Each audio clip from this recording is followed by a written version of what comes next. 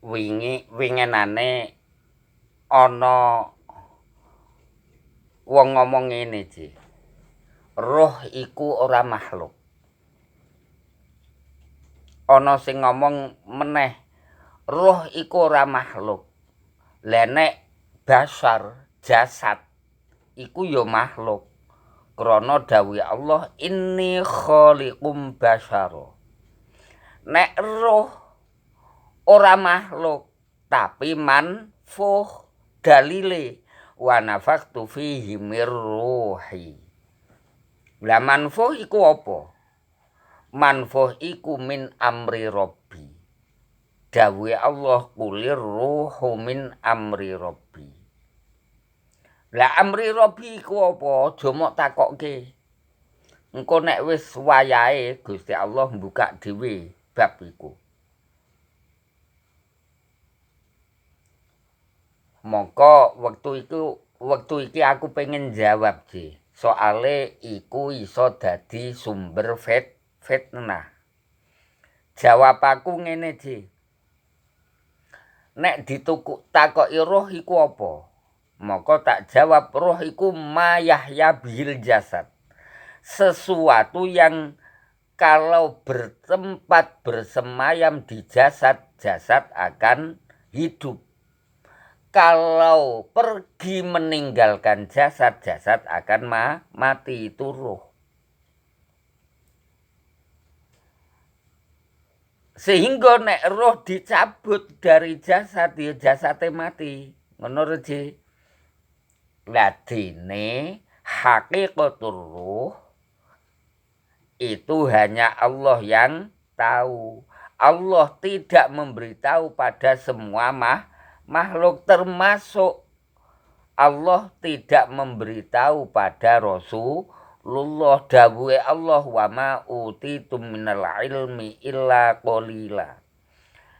Lah Allah tidak memberitahu tentang hakikatul ruh kepada makhluk iku nek diongan-angen karena Allah ingin membuktikan pada makhluk. Kalau makhluk tidak diberitahu Allah, maka tidak mungkin bisa tahu. Apa sing diaturke malaikat wektu dites Gusti Allah kon cerita nalika adu pinter karo Nabi Adam. Malaikat matur qulu subhanaka la ilma lana illa ma 'allamtana. Buktine sampai sekarang ora ana wong sing berhasil menemukan mengetahui hakikatul ruh. Lah mulakno priyantun mau ngomong roh itu manfuh. Nek cara aku roh kok didefinisikan manfuh, maka kacau pemahamane. Ya ruhe ya mubar mabur terus, kabur terus wong manfuh kuwi tertiup.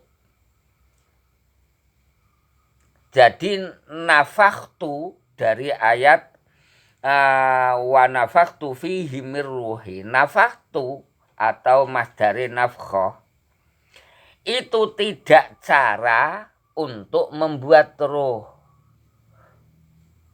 Nafkhah juga tidak roh, sehingga roh tidak bisa didefinisikan dengan apa bahasa manfuh. Jadi nafakhtu lah, terus nafakhtu dalam ayat wa nafakhtu fihi mir ruhi. Nafakhtu atau nafkhah itu caranya Allah memindahkan roh dari alamil malakut haula hadratil malikil ma'bud menuju jasate makhluk. Atau carane mindai roh dari sur sang kala menuju ajbudza zanab. Jadi nalika menungso ruhe wis dicuwabuti kabeh karo Israil. Bangsa wis ngumpul bisa ana ing wektune ngadepke dina kiamat fa idza nufikha fis suri nafkhatu wahidah. Yauma yunfakhu fis suri fatatuna wajaruh ketika Israfil meniup sangkakala yang sangkakala itu isine roh.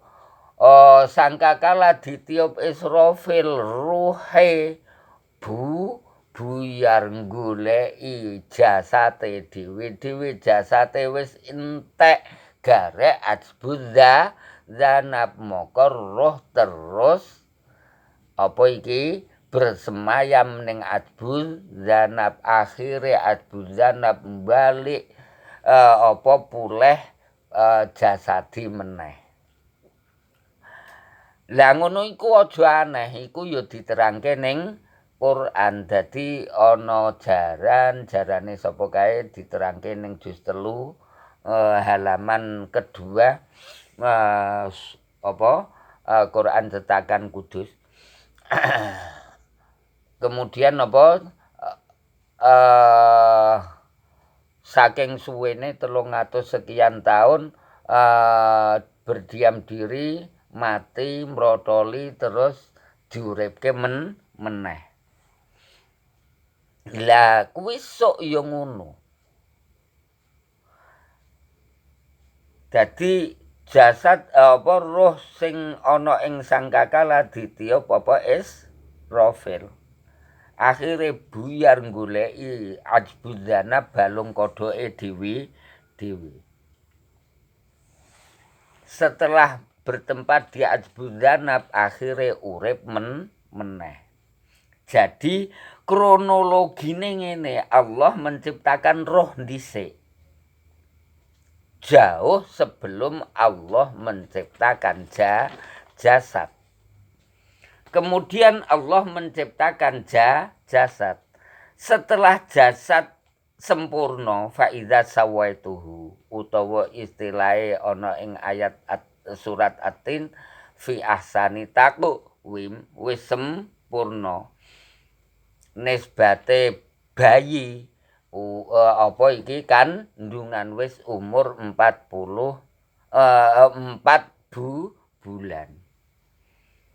Maka langkah ketiga Allah memberi roh jasad mau dikei roh. Carane ngei wa nafakhtu fihi mir ruhi roh sing asale ning alamil malakut haula hadratil malikil ma'bud ditiup akhire mabur menuju jasad. Buktine apa Ji? Jajal liling-lilingen. Wektu Nabi Isra Mi'raj. Diceritakake Rasulullah ketemu Nabi Musa. Dasare Nabi Musa senengane apa iki komplain. Sapa sing seneng komplain iki? Ya kuwi berarti nuruni Nabi Musa. Nabi Musa komplain ning nggone Kanjeng Nabi Muhammad tentang ngendikane Kanjeng Nabi Muhammad ulama ummati ka anbiya ibani Israil. Ulamae Kanjeng Nabi pangkate padha karo nabi ana ing Bani Israil. Nabi Musa yang salah satu dari Bani Israil protes mosok ulama kok dibandingke nabi. Akhire Kanjeng Nabi nimbali Imam Ghazali. Setelah ditimbali terjadi dialog antarané Imam Ghazali karo Nabi Musa. Nabi Musa takok, "Cung, sapa jenengmu, Cung?" Imam Ghazali matur, "Nama saya Muhammad bin Muhammad Al-Ghazali." "Cung," jawabe Nabi Musa, "aku gak takok jenengane bapakmu, mbahmu, termasuk aku yo gak takok gaweane mbahmu. Kenapa kowe kok njawab nritik? Imam Ghazali matur, saya jawab nritik niku nggih niru jenengan Kanjeng Nabi Musa. Jenengan ketika ditanya Allah, wa madilka biyaminika ya Musa, Musa, tangan tengenmu iku nggo ceki apa? Apa sing ning tangan tengenmu? Lho jenengan nggih matur nritik. Ola ya asoi. Niki tongkat kula. Atawakau 'alaiha. Ingkang ginane kula damel sandaran, damel apa tekenan. Wa ahusyu biha ala ghanami, kula damel angon wedhus ngirikke wedhus waliya fiha ma'aribu ukhra. Nabi Musa disanggah ngono terus ngendikan, "Lho, Cung, aku njawab nritik iku krana aku ngrasa nikmat, ngrasa terhormat krana iso munajat karo Allah Subhanahu wa taala." Imam Ghazali dasare wong cerdas. Ahli apa diplomat mungkin. Ya matur, jenengan ngendikan ngrasa nikmat krana iso munajat karo Allah Subhanahu wa taala, semanten ugi kula nggih ngrasa nikmat krana saged dialog ranten, saged jejagongan kalih jenengan Gusti Kanjeng Nabi Musa. Kanjeng Nabi Musa mestine wis gak iso jawab meneh. Ya iki mbuktekke nek ulama ummati ka ambiya Bani Israil ku gak salah. Kanjeng Nabi Muhammad ngendikan ngono gak salah. Saiki pertanyaane Ji, Imam Ghazali pada saat Nabi Muhammad di Isra Mi'rajkan wis lair apa urung Ji? Nek cara aku urung lair Ji. Krana apa? Krana laire Imam Ghazali kuwi tahun 450 Hijriah. Berarti kurang luwih terpaut piro Ji? Terpaut 490 digawe 450 lah. Digawe gampang sakmono. Lantas siapa yang dialog dengan Nabi Musa kalau Imam Ghazali apa lahir 450 tahun berikutnya? Maka saya jawab, yang dialog dengan Nabi Musa itu rohnya Imam Ghazali atas izin Allah Subhanahu wa taala. Ini untuk yang percaya dengan kisah ini. Saya juga mempunyai dalil yang tidak layak kalau tidak dipercaya, yaitu hadis laulaka lama khalaqatul aflak. Upama Muhammad, aku Allah hurung dadekke nurmu, hurung dadekke rohmu, lama khalaqatul aflak, aku gak bakal nggawe cakrawala. Nur dan rohnya Nabi Muhammad diciptakan sebelum menciptakan aflak. Jarake piro ribuan tahun. Sehingga setahu saya ya Ci, Allah Al-Khaliq menciptakan makhluk mempunyai dua cara Ci. Dua cara, saya mengatakan dua cara karena berusaha memahami ayat ala lahul khalqu wal amr. Ilingo Ji, lahu al khalqu wal amr. Allah mempunyai al khalqu, Allah mempunyai al amru. Fatabarakallahu rabbul alamin. Lah perbedaane al-khalqu dengan al-amru bagaimana?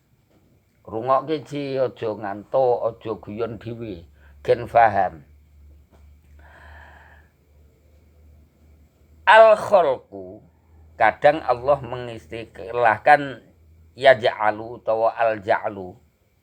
Kadang mengistilahkan ansya'a, insya.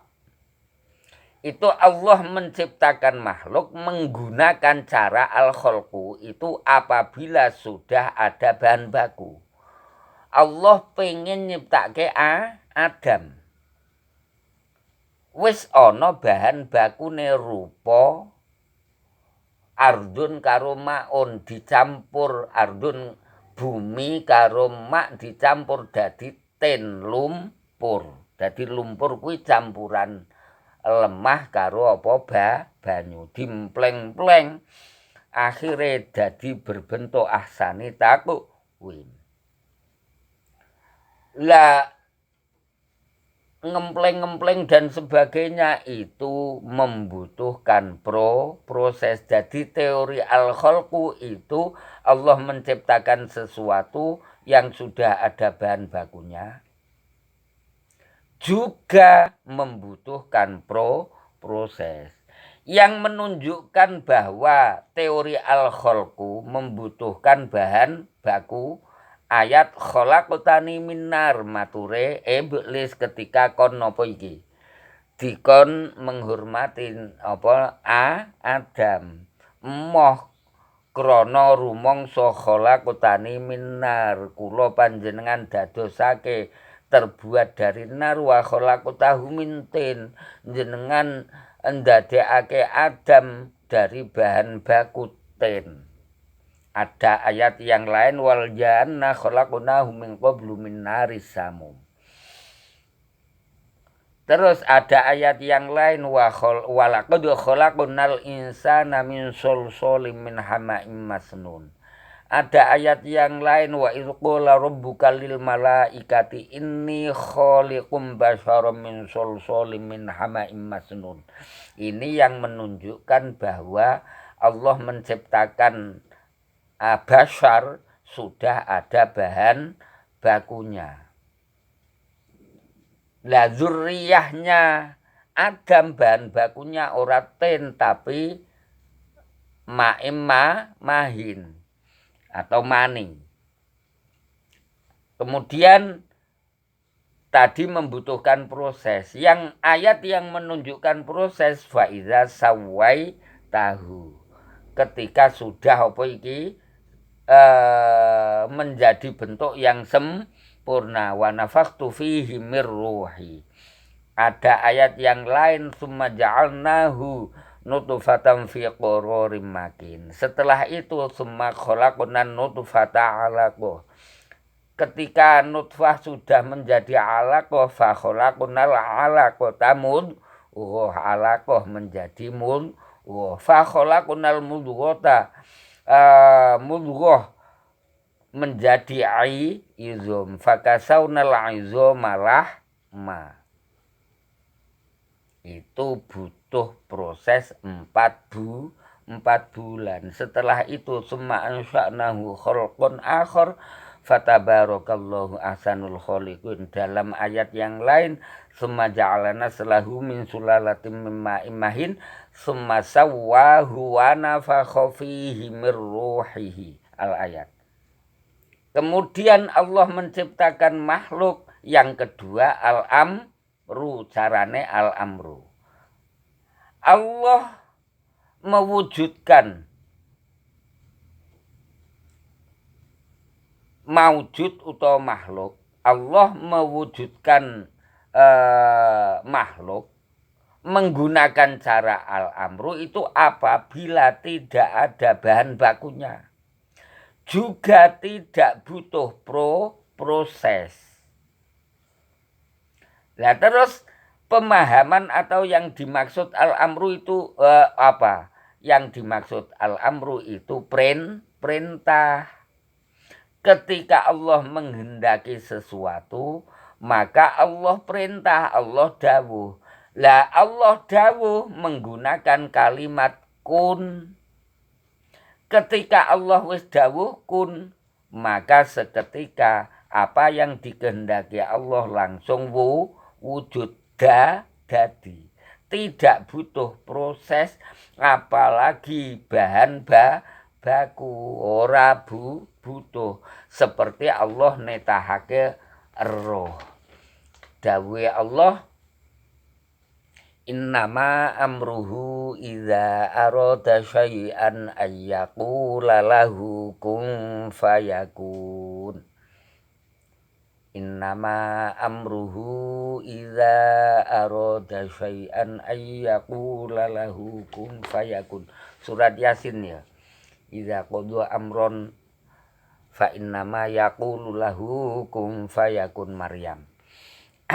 Pertanyaan sebagai pendalaman materi, ketika Allah menciptakan Adam, sudah ada Arjun dan Ma. Kemudian dicampur menjadi tin. Diaduk-aduk, dimpleng-pleng, dibentuk fi ahsani taqwim. Kemudian diberi nyawa dengan cara ditiup. Kemudian setelah diberi nyawa jadi hidup. Setelah hidup disebut makhluk. Ketika Allah menciptakan sesuatu tanpa bahan baku, tanpa proses, cukup dawuh kun, langsung wujud. Setelah dawuh kun langsung fayakun. Apa yang diinginkan langsung wujud.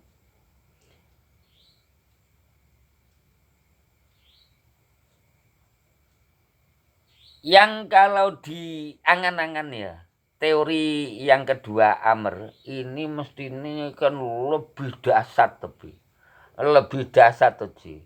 Ora ono barang apa sing dadi angen-angene wujud langsung wujud.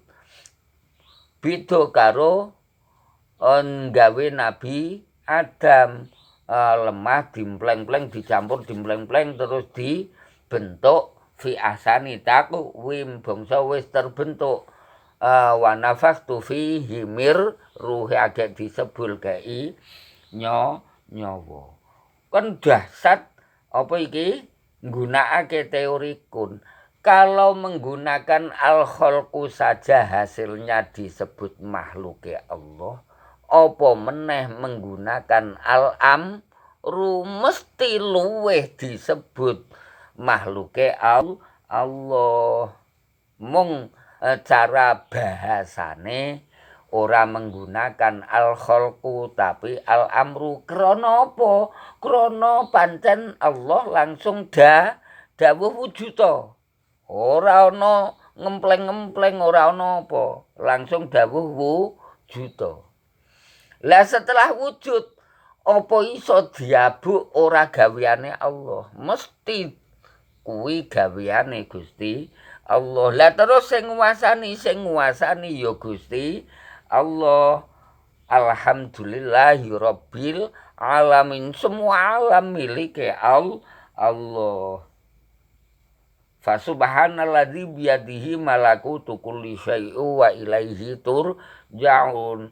Malakutu kulli syai'in milike Allah dan dikembalikan pada Allah. Alalahul khalqu wal amr, teori al khalqu, teori amr. Fatabarakallahu rabbul alamin, milike Allah subhanahu wa ta'ala. Sehingga kalau dikatakan roh tidak apa mau makhluk yo iki mungkin tidak mendalami ayat-ayat tersebut ya. Nah, akan tetapi ya semoga kita mendapatkan hidayah.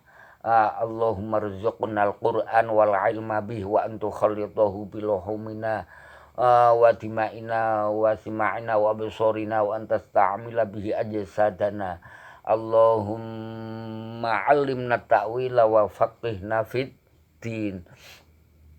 Sehingga Allah semoga selalu memberi hidayah kepada kita bisa mengamalkan apa yang sudah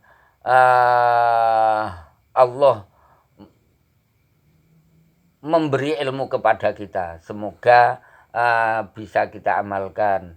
Semoga selalu mendapatkan ridho dari Allah Subhanahu wa taala. Akhire fid dunya hasanah bi mulazamatil ibadah wa bi sa'atil ma'isyah wa fil akhirati hasanah bidukhulil jannah. Amin Allahumma amin. Apabila ada yang merasa tersinggung, saya mohon maaf. Saya murni niat tafaqquh fiddin. Semoga tayangan ini bisa menjadi tambahan wawasan, syukur-syukur tambah referensi, sehingga semoga ada manfaatnya lah. Wabillahi taufiq wal hidayah. Assalamualaikum warahmatullahi wabarakatuh.